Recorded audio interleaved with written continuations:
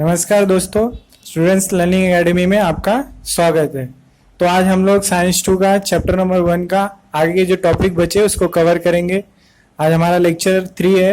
तो हम लोग ने पिछले लेक्चर में उत्क्रांति और उत्क्रांति के सिद्धांत के बारे में पढ़ा था।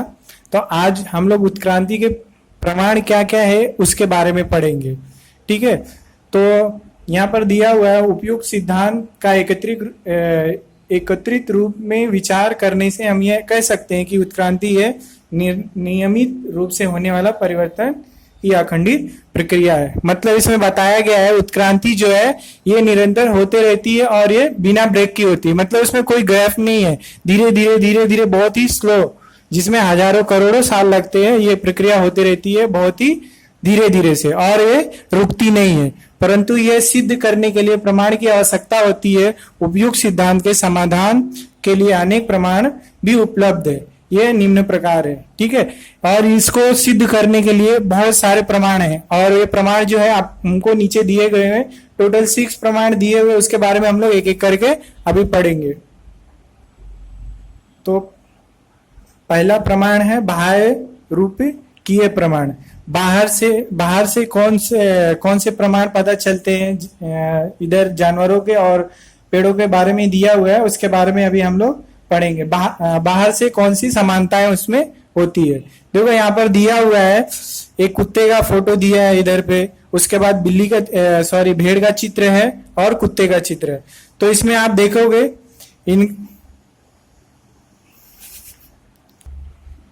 ये लोमड़ी का चित्र दिया हुआ है। तो इसमें देखोगे इनके कान जो है बड़े बड़े कान है, तीनों में देखोगे सेम दिख रहा है। इसमें भी बड़े कान है, इसको भी है, इसको भी है। उसके बाद देखो उनके आंख जो है वो भी एक निश्चित जगह पर है, इनके आंख भी एक निश्चित जगह पे दिख रहे हैं। वैसे ही उनके नाक और मुंह भी एक समांतर जगह पर तीनों के दिखाई दे रहे हैं। ठीक है, इसमें ये इनकी समान विशेषता है। यहाँ पर दिया हुआ देखो, प्राणियों के मुख की रचना, आंखों का स्थान, नाक के छिद्र, कान की रचना, शरीर के ऊपर के घने बाल आदि समान विशेषताएं प्राणियों में दिखाई देती है।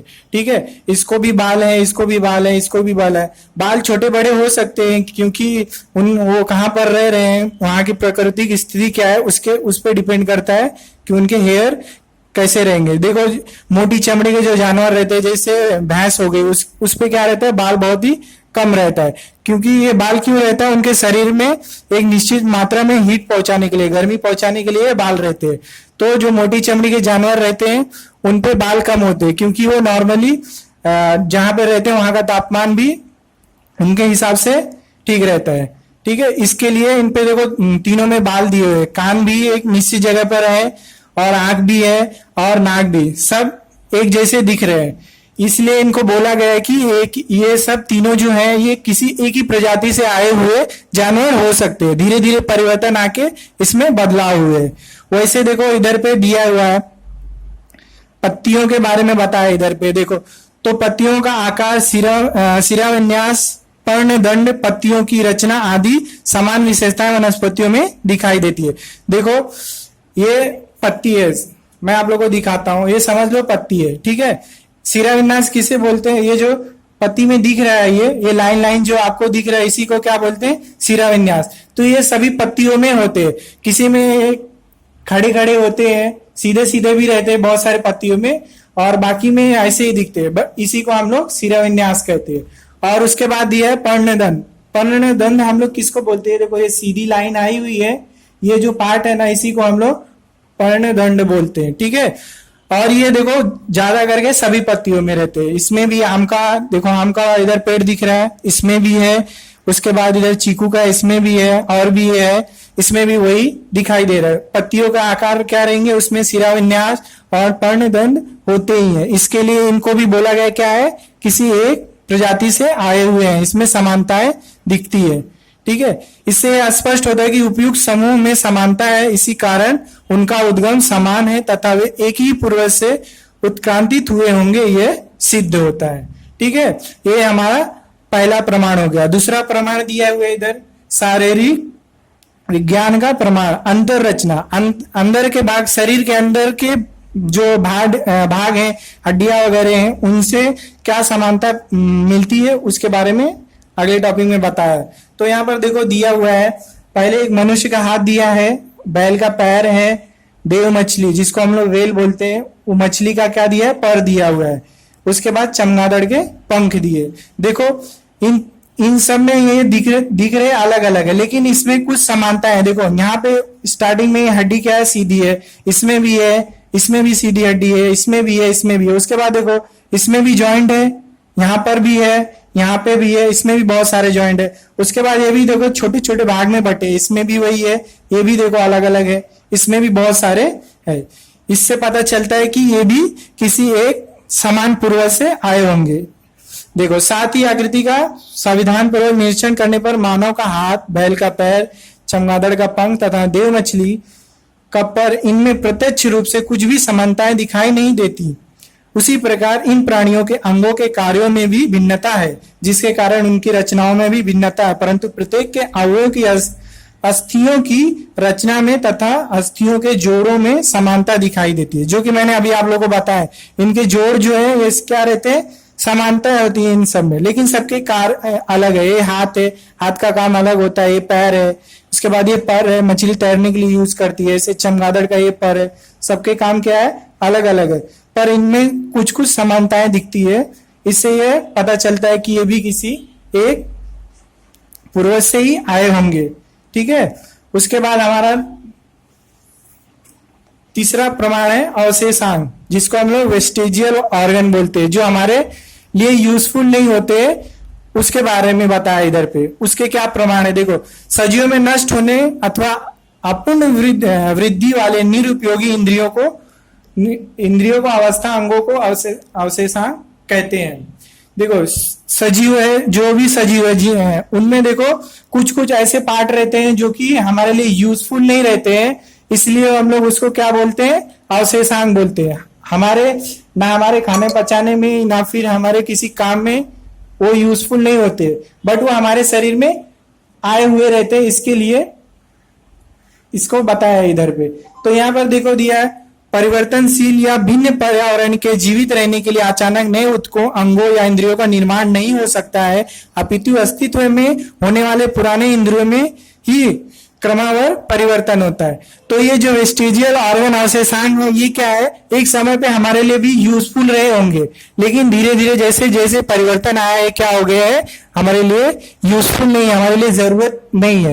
ये कोई अचानक से आने वाला नहीं है, ठीक है, इसको आने के लिए भी सैकड़ों वर्ष लगते हैं। जब हमारे को जरूरत नहीं रहती है तो क्या होता है, धीरे धीरे धीरे धीरे धीरे वो खत्म हो जाता है, लेकिन उसके लिए भी बहुत समय लगता है। देखो जैसे यहाँ पर बताया है, सामान्यतः किसी विशिष्ट परिस्थितियों में शरीर की एकाध रचना उपयुक्त होती है, परंतु भिन्न परिस्थितियों में वह निरुपयोगी और हानिकारक होती है। ऐसी स्थिति में प्राकृतिक चयन की प्रक्रिया से ऐसी इंद्रियां नष्ट होने के मार्ग में होती है। किसी एक निरुपयोगी अंग को नष्ट होने के लिए हजारों वर्ष लगते हैं। ठीक है, कभी कभी क्या होती है, इंद्रियां हमारे लिए यूजफुल होती है, लेकिन बहुत सारे समय पे क्या है, हमारे लिए यूजफुल नहीं है। जैसे देखो यहाँ पर बताया हुआ है, यहाँ पे देखो आंध्र पूछ दिया हुआ है। देखो पूछ हमारे लिए यूजफुल है क्या, हमारे लिए जरूरत है क्या, वो नहीं है। पहले इंसान क्या थे, बंदर से धीरे धीरे वो क्या बने, इंसान बने, तो उनको पहले पूछ रही होगी, लेकिन धीरे धीरे परिवर्तन आता गया, इसके लिए वो क्या हो गया, धीरे धीरे वो इंद्रिय गायब होते चले गए। ठीक है, ये हमारे लिए उपयोगी नहीं है, लेकिन बंदरों के लिए क्या है, ये बहुत ही उपयोगी है। ये यहाँ पर बताया, जो हमारे लिए उपयोगी नहीं है वो क्या होती है, धीरे धीरे धीरे धीरे समय के साथ वो क्या होती है, हमारे शरीर से नष्ट हो जाती है, और उसमें बहुत ही समय लगता है। ये नष्ट होने वाले अंग भिन्न भिन्न अवस्थाएं भिन्न भिन्न प्राणियों के शरीर में दिखाई देती है।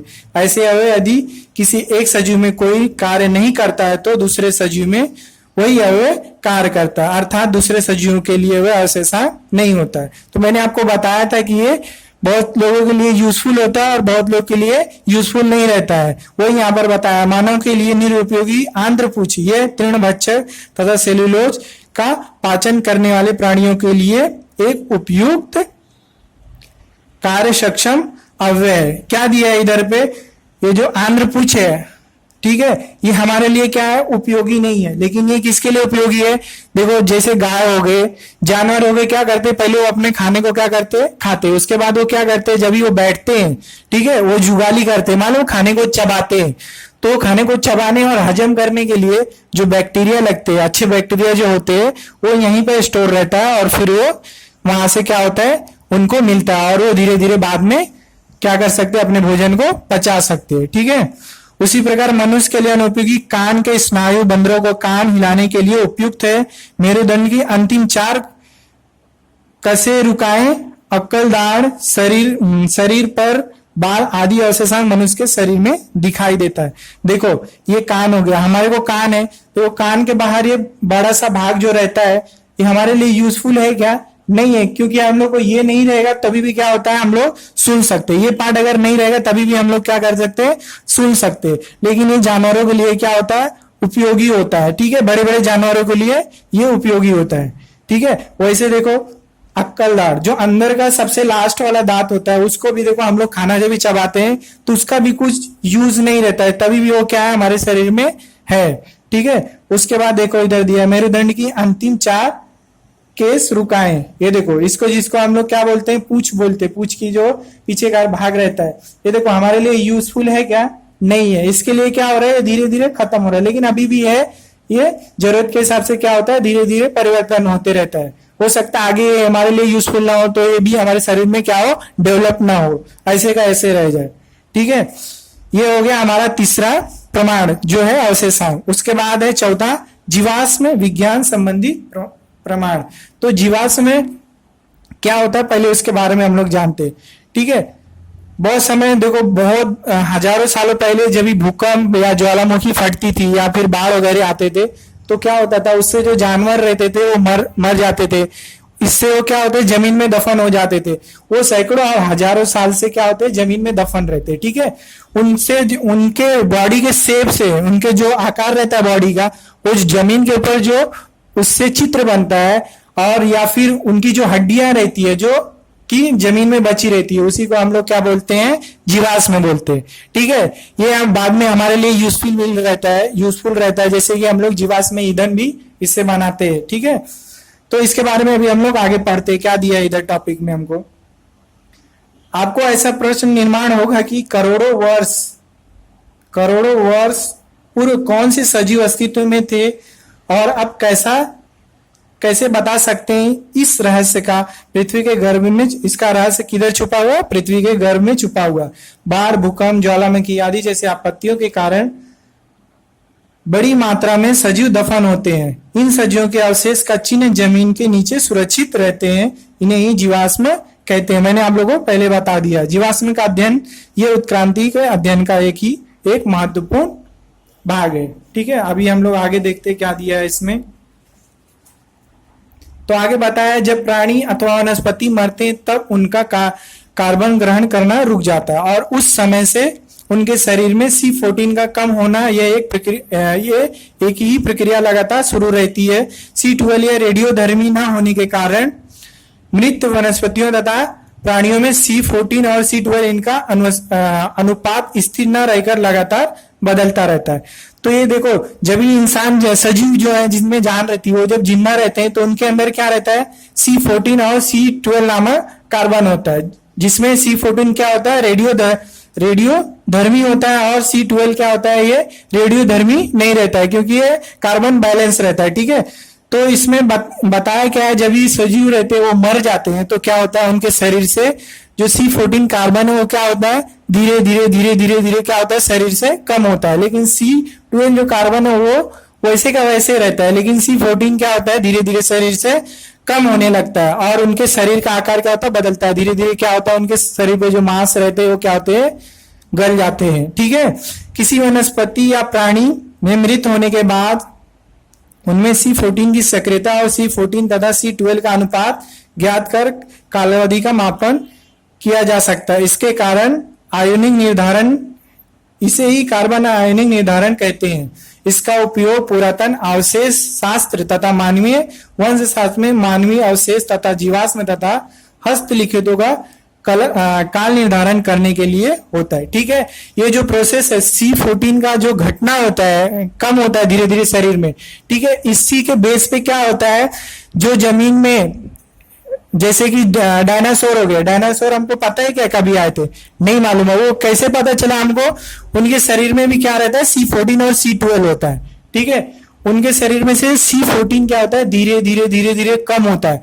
तो वैज्ञानिक क्या करते हैं, वो जो C14 है अभी प्रेजेंट टाइम में उनमें उनके शरीर में कितना है, और हमको मालूम है उनके अंदर क्या होता है, C14 रहता है। तो वो जो कम होता है उस प्रक्रिया में बहुत समय लगते हैं, ठीक है। जैसे कि C14 है, अभी अभी इसको C7 होने के लिए हो सकता है 50 साल 100 साल जो भी लगते होंगे धीरे धीरे।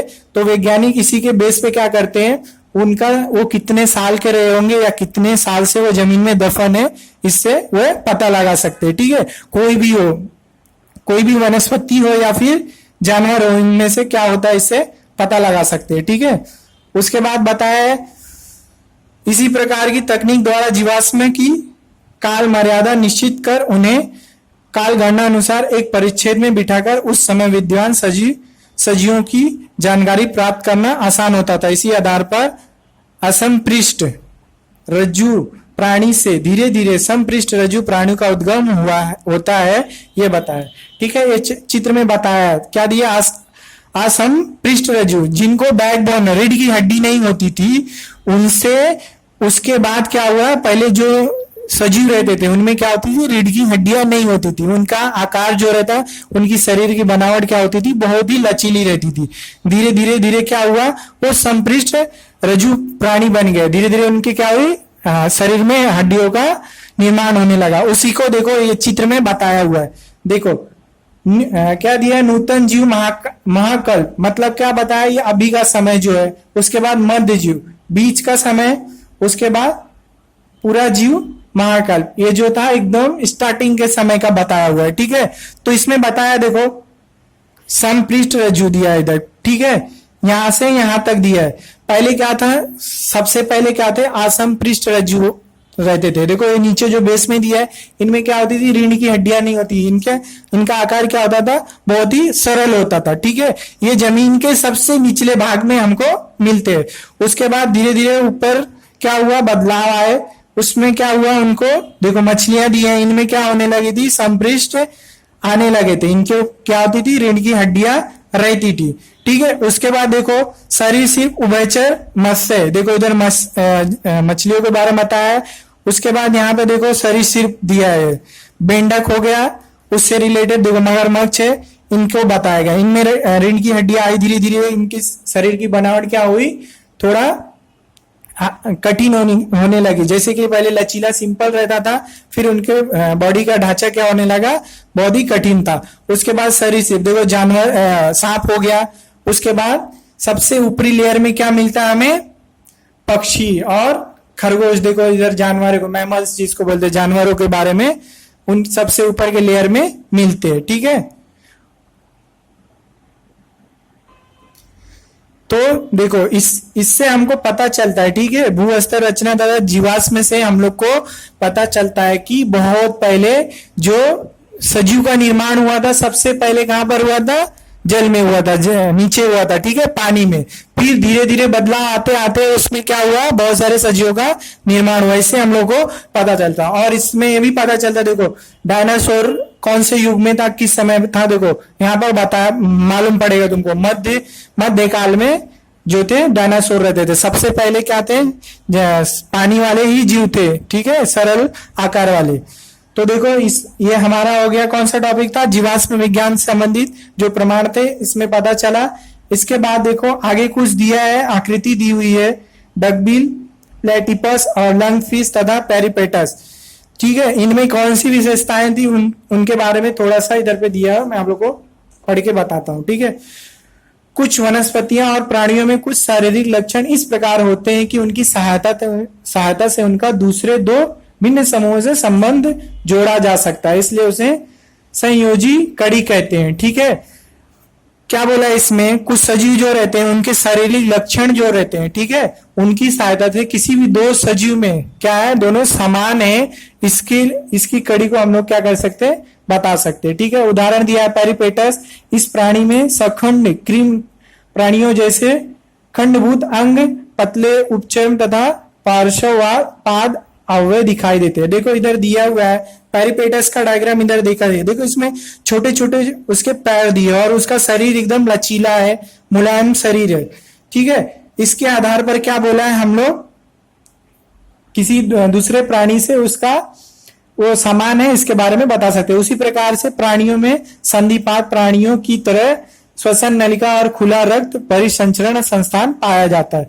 ये जो है पेरिपेटस में, इसमें क्या होता है, जो संधिपात प्राणी होते हैं उनके जैसे उसमें क्या खुला रक्त परिसंचरण संस्थान जो होता है सेम सेम दोनों में पाया जाता है। इससे स्पष्ट होता है कि पेरिपेटस और एनिलीडा और संधिपात प्राणी इन दोनों प्राणियों में जोड़ने वाली संयोजी की कड़ी है। मतलब ये भी क्या है, किसी एक से ही निर्माण हुए, इससे इस कड़ी से हमें पता चलता है। उसी प्रकार डकबिल प्लेटिपस यह प्राणी सरीसृप प्राणियों की तरह अंडे देते हैं।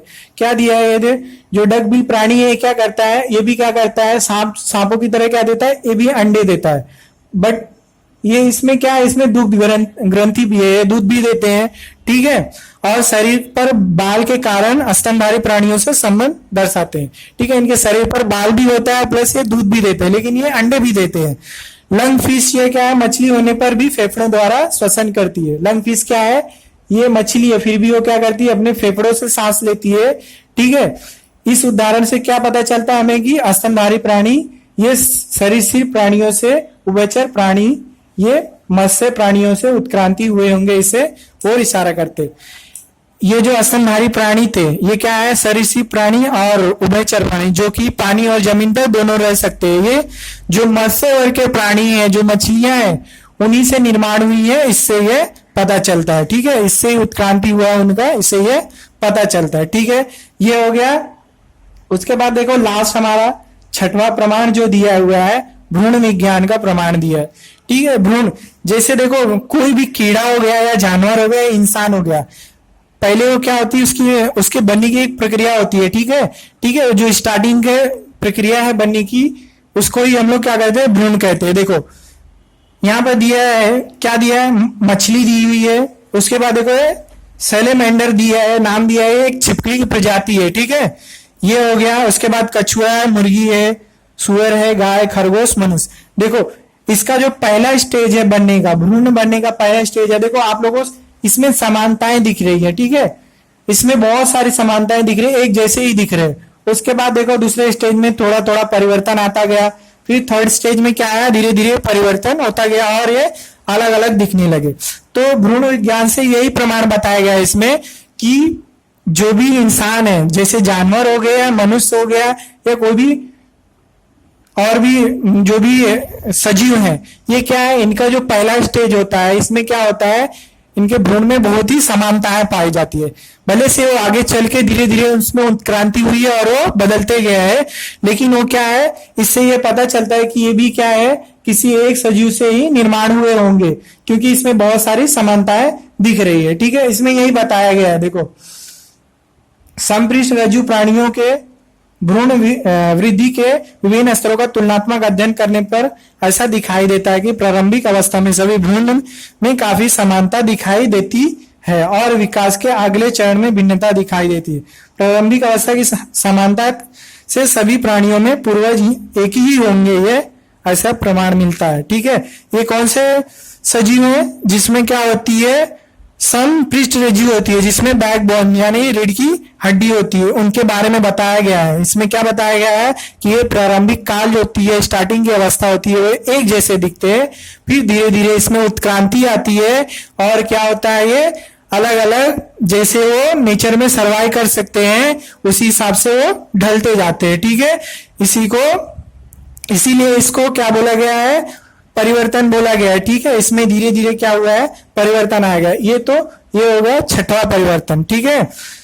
अभी इसके बाद हम लोग आगे जो भी दिया है, जो अगले टॉपिक्स हैं, हम लोग अगले लेक्चर में कवर करेंगे। यहां तक आज हमारा लेक्चर स्टॉप होता है। Thank you.